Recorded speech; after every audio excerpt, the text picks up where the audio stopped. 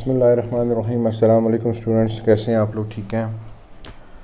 अच्छा, हमने मॉड्यूल 3 पढ़ रहे थे, रिसर्च इन साइकोलॉजी। उसमें हमने डिस्क्रिप्टिव मेथड काफ़ी कवर किए थे। अब हमारा जो अगला टारगेट है डेट इज़ एक्सपेरिमेंटल रिसर्च।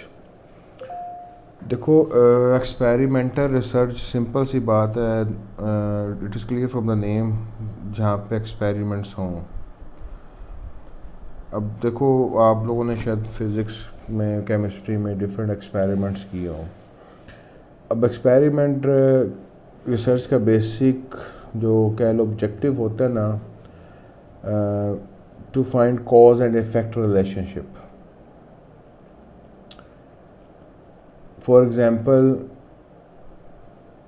आप लोग अगर पढ़ते हो तो उस पढ़ाई का कोई ना कोई आउटकम होगी, यानी जो भी आपकी कोई ना कोई कॉज है उसके पीछे कोई ना कोई इफ़ेक्ट होता है।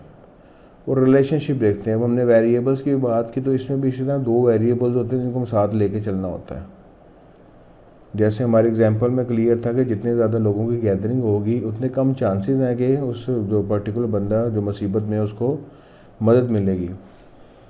अब देखो, the investigation of the relationship between two और more variables by deliberately producing a change in one variable in a situation and observing the effect of that change on other aspects of the situation। कि आपके दो variable हैं, एक variable में change नहीं लानी, दूसरे वेरिएबल में चेंज ला रहे हो। चेंज लाने का मकसद क्या है कि उस वेरिएबल में चेंज लाने की वजह से पहले वेरिएबल पे क्या इफेक्ट आ रहा है। क्लियर हुई है बात? अब देखो, एक सी एग्जांपल मैं आपको सिंपल मैनेजमेंट के पॉइंट ऑफ व्यू से देता हूँ कि आप चाह रहे थे कि जी मेरी कंपनी के एम्प्लॉयज़ जो है ना वो काम नहीं कर रहे ठीक से, तो इनको मोटिवेट करना चाहिए। फॉर मोटिवेशन आपने क्या किया, सारों की सैलरी 10% बढ़ा दी। अब ये आपने एक एक्टिविटी की है, सैलरी बढ़ाई है, अब इसका रिज़ल्ट देखना है। अगर तो रिज़ल्ट पॉजिटिव आया, यानी उन्होंने काम करना शुरू कर दिया, प्रोडक्टिविटी कंपनी की याद होगी, इसका मतलब there is a positive relation between increase in the salary and productivity of the employees. तो इस तरह से हम देखते हैं। और अगर आपने सैलरी इंक्रीज की, काम फिर भी नहीं बढ़ा, it's mean there is a negative relation. तो इस तरह हम एक वेरिएबल, दो वेरिएबल्स का भी कर सकते हैं, दो से ज़्यादा वेरिएबल्स का भी रिलेशनशिप चेक कर सकते हैं। और देखो, जितनी रिसर्चेज हो रही हैं, मोस्टली रिसर्चेज सारी एक्सपेरिमेंटल रिसर्च ही होती हैं। डिस्क्रिप्टिव भी होती हैं, ज़्यादातर एक्सपेरिमेंटल्स होती हैं जो कि आपके बाकी साइंसेस में भी चल रही हैं और इसमें भी हो रही हैं। अब देखो, there is another thing that change that the researcher deliberately makes in experiment is called experimental manipulation। यानी देखो, एक चीज़ होती है नॉर्मल सेटिंग में, यानी आप उसके अंदर कोई चेंजेस नहीं कर रहे, जिस तरह की है वैसे नज़र आए। कई दफ़ा होता है रिसर्चर को मैनिपुलेशन करनी पड़ती है डिफरेंट वेरिएबल्स की। देखो, हमने कंपनी की प्रोडक्टिविटी इंप्रूव करनी थी, एम्प्लॉयज़ की प्रोडक्टिविटी इंप्रूव करनी थी। एक उसने क्या किया, उसे सैलरी बढ़ाई, उसने साथ क्या कर दिया कि उनके जो वर्किंग आवर से कम कर दिए, हफ्ते में एक ही बजाय 2 छुट्टियां दे दी। अब ये सारे क्या कर रहे हो, डिफरेंट चेंज कर रहे हो ताकि इफ़ेक्ट किस पे देख सको, आप प्रोडक्टिविटी पे दे सको। तो मैनिपुलेशन होती है, ऊंच नीच करते हैं रिसर्चर्स ताकि वो उसको दे सकें कितनी आ रही है चेंजेस। अब देखो, देयर स्टेप्स वही हैं सारे जो हमारे रिसर्च के होते हैं। काम शुरू होता है हमारा हाइपोथेसिस से। हाइपोथेसिस में वेरिएबल आइडेंटिफिकेशन है, उनको ऑपरेशन डिफाइन कर दिया तो आगे काम चल पड़ा। जैसे लेटानी एंड डार्ली ने in testing the theory of the division of responsibility in bystander behaviour developed this hypothesis. Hypothesis हमारा ये था, हम पहले भी स्टडी कर चुके हैं। The higher the number of people who witness an emergency situation, the less likely it is any of them will help the victim। Clear हुई है बात? तो ये बेसिकली हमारी होती है एक्सपेरिमेंटल रिसर्च। उसमें मैनिपुलेशन भी हो सकती है, नहीं भी हो सकती, ज़रूरी नहीं है, डिपेंड करता है आपका एक्सपेरिमेंट है किस नेचर का। देखो experiment must manipulate at least one variable in order to observe the effect of the manipulation और another variable while keeping other factor in the situation constant. कि आप सिर्फ एक वेरिएबल को एट ए टाइम कर सकते हो, सारों को करोगे ना इकट्ठे मैनिपुलेट, फिर आपको रिजल्ट नहीं पता लगेगा, इफेक्ट नहीं पता लगेगा। तो ये चेंजेस करनी पड़ती हैं आपको ना। तो इसे हम फिर cause and effect relationship measure कर सकते हैं डिफरेंट आप जो भी अंडर स्टडी आपका फिनोमेना है। अब इसमें 3 कॉन्सेप्ट्स हैं और एक्सपेरिमेंटल ग्रुप्स की बात कर रहा है एंड कंट्रोल ग्रुप्स की बात कर रहा है। अब देखो सबसे पहले treatment, the manipulation implemented by the experimental. अच्छा देखो ट्रीटमेंट क्या है, the manipulation implemented by the experimenter, यानी जो चेंजेस किए हैं ना उसमें वो चेंजेस क्या किया एक्सपेरिमेंटर ने इम्प्लीमेंट कर दी हैं, उसको हम ट्रीटमेंट कहते हैं। अब ट्रीटमेंट बढ़ाने का मकसद क्या है, देखो 2 तरह के ग्रुप्स हैं, एक्सपेरिमेंटल ग्रुप्स है, कंट्रोल ग्रुप है, ठीक है। Any group participating in an experiment that receives a treatment. Treatment क्या मतलब है कि वो कोई भी ग्रुप एक्सपेरिमेंट जो जिसमें चेंजेस उसने की होगी उसको हम क्या कहते हैं, एक्सपेरिमेंटल ग्रुप। एक होता है control group, a group participating in an experiment that receive no treatment. अब देखो फॉर एग्जांपल मैंने यूनिवर्सिटी के ना बच्चों के मैं चाहता हूँ मैं देखूँ कि इनका ना यूनिवर्सिटी में कैसा लर्निंग एनवायरनमेंट है, कितना पढ़ते हैं। अब मैं अगर क्या कर रहा हूँ, बगैर किसी को बताए, विदाउट टेलिंग एनीवन, आप में से किसी को नहीं पता, या फॉर एग्जांपल आपको तो खैर सबको पता होना है, मैं किसी और यूनिवर्सिटी में एज अ स्टूडेंट चला जाता हूँ और वहाँ जाके उनके साथ रहता हूँ, उनके एक्टिविटीज़ को वॉच करता हूँ। मकसद मेरा क्या है, डाटा कलेक्ट करना कि देखो इनकी एक्टिविटीज़ क्या है। That is known as control group, कि उस पे किसी भी किस्म का आपने इफेक्ट नहीं किया, आपने क्या हुआ कंट्रोल रखा हुआ है, यानी जो नेचुरल सेटिंग है ना उसी नेचुरल सेटिंग में सारा काम हो रहा है, उसको हम कंट्रोल ग्रुप कहते हैं। फिर जहाँ पे आप ट्रीटमेंट ले आते हो, ट्रीटमेंट कैसे लाते हो, देखो फॉर एग्जांपल मैं आता हूँ, मैं कहता हूँ आप सबसे कि मैंने कल वाले दिन ना आप सबको ऑब्जर्व करना कि आप लोग कितना पढ़ाओगे, कितना करते हो, मतलब किस तरह से आप लोग रहते हो। अब वो बेसिकली मैं क्या कर रहा हूँ कि एक एक्सपेरिमेंट करने जा रहा हूँ जिसमें मैंने क्या किया, कंट्रोल नहीं है मेरा, यानी मैंने क्या किया उसमें बता दिया आप लोगों को और आप लोग फिर अपनी मर्ज़ी से सारी चीज़ें बता रहे हो। एक्सपेरिमेंट जो भी चीज़ें डाटा मैं कलेक्ट करूँगा आप लोग बताओगे।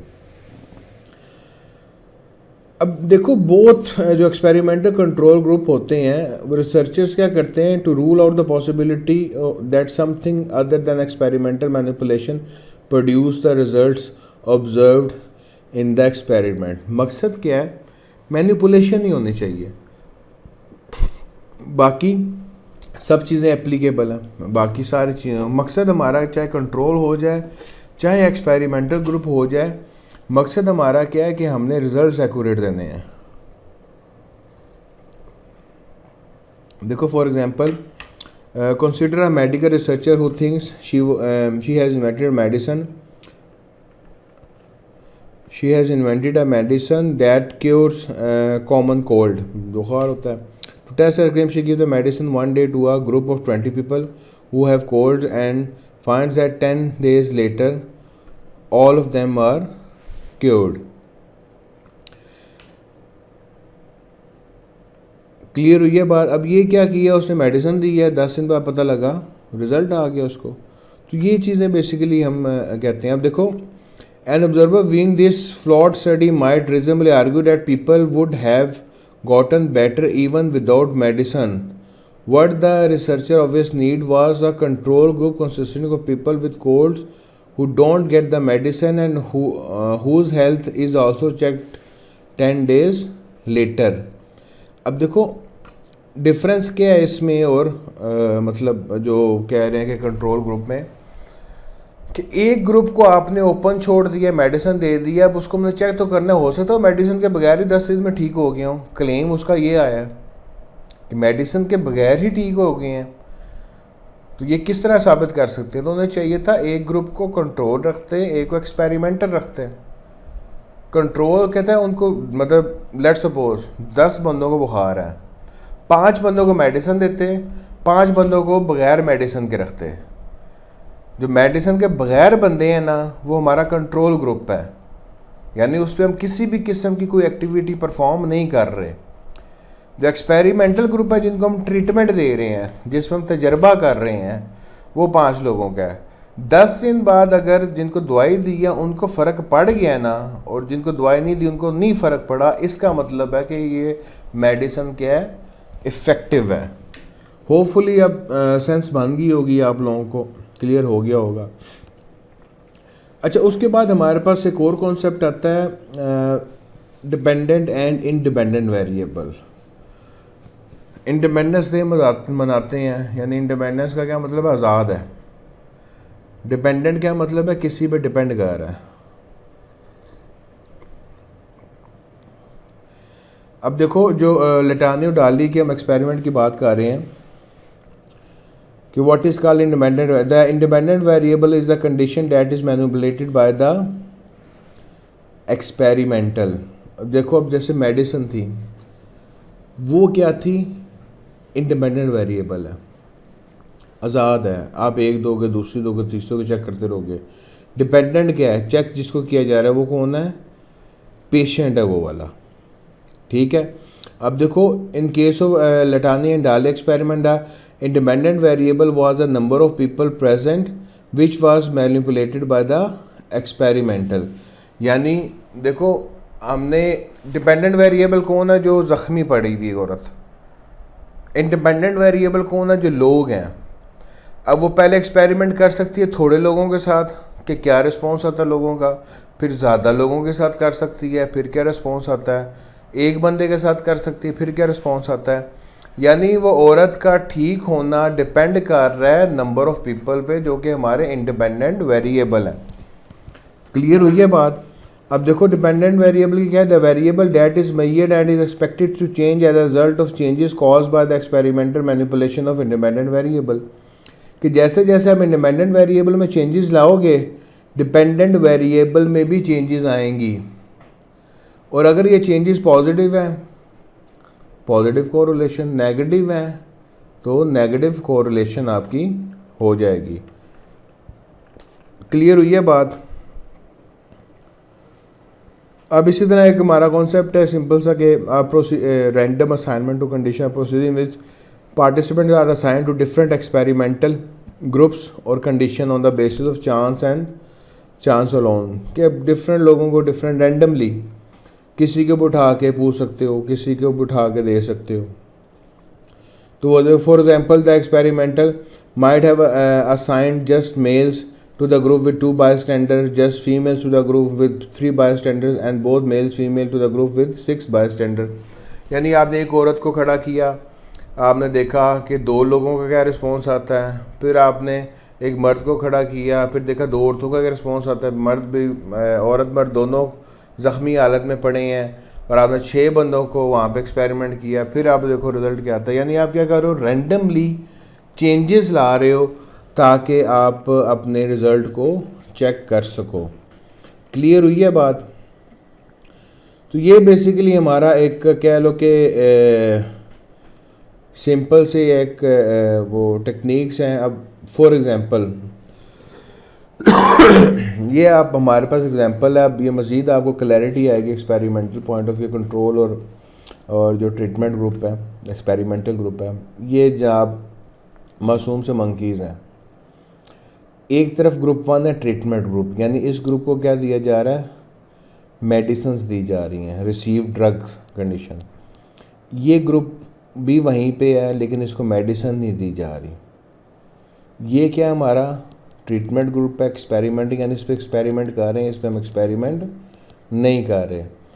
10 दिन बाद हमने क्या करना है, इनके रिज़ल्ट चेक करने हैं। इस ग्रुप का क्या रिज़ल्ट निकला है, इसका क्या निकला है, फिर उनका कंपैरिजन करना है, और उस कंपैरिजन की बेस पे ही हम अपनी क्या कहते हैं वो जो भी हाइपोथेसिस बनाया है, स्टेटमेंट है, उसको टेस्ट कर सकते हैं, बता सकते हैं। अब इसी तरह हम लोग एक सिग्निफिकेंट आउटकम कहते हैं कि meaningful result that make it possible for researcher to feel confident that they have confirm the hypothesis. यानी जो आपने सोचा था कि जैसे वो लटाने वाली एग्जांपल में जो एग्जांपल हमारी चल रही थी कि एक औरत ज़ख्मी पड़ी हुई है, आगे 40-50 लोग गिर्द गिर्द है, उनमें से कोई भी नहीं उसको बचाने आता या उसकी हेल्प करने आता, और अगर ऐसा ही होगा तो आप कहते हो डैट इज़ सिग्निफिकेंट आउटकम, क्योंकि यही मेरा हाइपोथेसिस था और मैंने इसको प्रूफ कर दिया। तो ये आपकी सारी एक इम्पॉर्टेंट चीज़ है कि आप इसको समरी देख सकते हो कि उनके रिसर्च है क्या, डिस्क्रिप्शन उसकी क्या है, उसके एडवांटेजेस क्या है और डिसएडवांटेजेस क्या है। क्लियर हुई है बात। यहाँ पे हमारा ये मॉड्यूल 3 भी जो था कंप्लीट है। मॉड्यूल 4 में कुछ बेसिक चीज़ें हैं वो हम स्टडी करते हैं, जो कि मैं आपको सिंपल बताऊंगा कि what are major issue conference the colleges conducting research. देखो सब भी रिसर्च की जाती है, खैर आप लोग साइकोलॉजिस्ट तो नहीं मान रहे, लेकिन बिजनेस वर्ल्ड में भी आप लोगों ने रिसर्च करनी है और उस रिसर्च के लिए ज़रूरी है you should have some ethical knowledge. Ethics basically क्या होते हैं, अनरिटन रूल्स होते हैं जिसे मोरल वैल्यूज़ कहते हैं, अखलाकियात कहते हैं। अब देखो वो कहते हैं कि protection of participant from physical and mental harm, कि जो भी आपके पार्टिसिपेंट है जिस पर एक्सपेरिमेंट कर रहे हो, कुछ भी कर रहे हो, उसको फिजिकली या मेंटली नुकसान नहीं पहुंचना चाहिए। The right of participant to privacy regarding their behaviour, उनका जो भी है जो डाटा आपको मिलता है उसको प्राइवेट रखा जाए, किसी के साथ शेयर नहीं कर सकते। The assurance of that participant research is completely volunteer, यानी वो बंदा अगर आया रिसर्च में तो अपनी मर्ज़ी से आया है। The necessity of informing participant about the nature of procedure before their participation in the experiment, उसको कम्प्लीटली बताओ कि हम किस किस्म का एक्सपेरिमेंट करने जा रहे हैं। हमारे पास उसमें होता है informed consent, a document signed by the participant affirming that they have been told the basic outlines of the study and aware of what their participation will involve, यानी उसे बाकायदा एक कॉन्सेंट लो रिटन फॉर्म है कि आप experiment में जा रहे हो। तो इसमें मतलब इतनी डिटेल में जाने की ज़रूरत नहीं है, कुछ बेसिक चीज़ें थी एथिक्स के बारे में, सिंपल सी बात है कि करनी चाहिए। अब ये भी बहुत बड़ा क्वेश्चन मार्क है, should animal B use in research. अब कुछ जो एनिमल राइट्स के लिए होते हैं वो कहते हैं एनिमल्स को क्यों यूज़ करते हो, वो डेथ हो जाएगी, ख़त्म हो जाएगी फ़ायदा। तो वो कहते हैं कोई और तरीका निकालो ताकि आप तजर्बा, ऑफकोर्स जैसे कोविड की वैक्सीन आई थी, कोविड की वैक्सीन को टेस्ट भी करना है। अक्सर कंपनीज़ लोगों को भी बुलाती है, उनको पेमेंट करती हैं कि कल को आपको कुछ हो जाए तो हम आपको इतना पे करेंगे। फिर एनिमल्स पे भी किए जाते हैं टेस्टिंग, तो उसमें डिफरेंट स्कूल ऑफ थॉट्स हैं कि कर भी सकते हो नहीं भी कर सकते। तो बाकी एक चीज़ हमेशा याद रखो, एक्सपेरिमेंटल बायसनेस नहीं होनी चाहिए। कोई भी ऐसा काम जो कि आपके इंडिपेंडेंट वेरिएबल इफेक्ट से डिपेंडेंट, यानी आप क्या कर रहे हो, देखो मकसद क्या है हमारा, रिसर्च का मकसद क्या होता है कि जो है जैसा है उसको दिखाया जाए, लेकिन आप उसमें मैनिपुलेशन करोगे, आप अपनी पर्सनल फीलिंग्स को ऐड करोगे, मिस इंटरप्रेट करोगे रिज़ल्ट को, तो डैट इज़ अनएथिकल, वो चीज़ें अच्छी नहीं हैं। ठीक हो। फिर एक इसमें स्टेटमेंट एक हम यूज़ करते हैं placebo, a false statement such as pill, drug और other substances without any significance chemical properties और एक्टिव इंग्रेडिएंट्स, यानी उस पर यूज़ की जाती है ट्रीटमेंट के, उसके अंदर एक ड्रग होती है जिसके अंदर कोई केमिकल वगैरह कुछ नहीं होता है। तो मकसद क्या होता है, ताकि अगले बंदे को चेक किया जा सके उस पर रिज़ल्ट क्या आते हैं। तो ये इसमें सिंपल इसको रीड आउट कर लेना एक दफ़ा, इतना कुछ डिटेल में इसमें जाने की ज़रूरत नहीं है, कुछ बेसिक डेफिनेशन वगैरह देख लेना आप लोग बस, ठीक है। यहाँ पे जो है ना आपका चैप्टर 1 कंप्लीट होता है और नेक्स्ट जो है हम चैप्टर 2 नहीं चैप्टर 3 स्टार्ट करेंगे, ठीक है। बाकी जो भी क्यूरीज हो आप मुझसे पूछ सकते हो, डिस्कस कर सकते हो। तो जो भी आपको इश्यूज आते हैं, कोई परेशानी है, कोई चीज़ समझ नहीं आ रही है, मुझे बेशक उसका स्क्रीनशॉट भेज दो या ऑडियो मैसेज सेंड कर दो। चैप्टर 3 हमने सेंसेशन एंड परसेप्शन पढ़ना, बहुत मज़ेदार चैप्टर है। यानी आप कह लो कि ये वो चैप्टर जो डेली रूटीन में आपके चल फिर रहे होते हैं। ठीक है, अपना ख्याल रखिएगा, टेक केयर योरसेल्फ, दुआ में याद रखना। अल्लाह हाफिज़।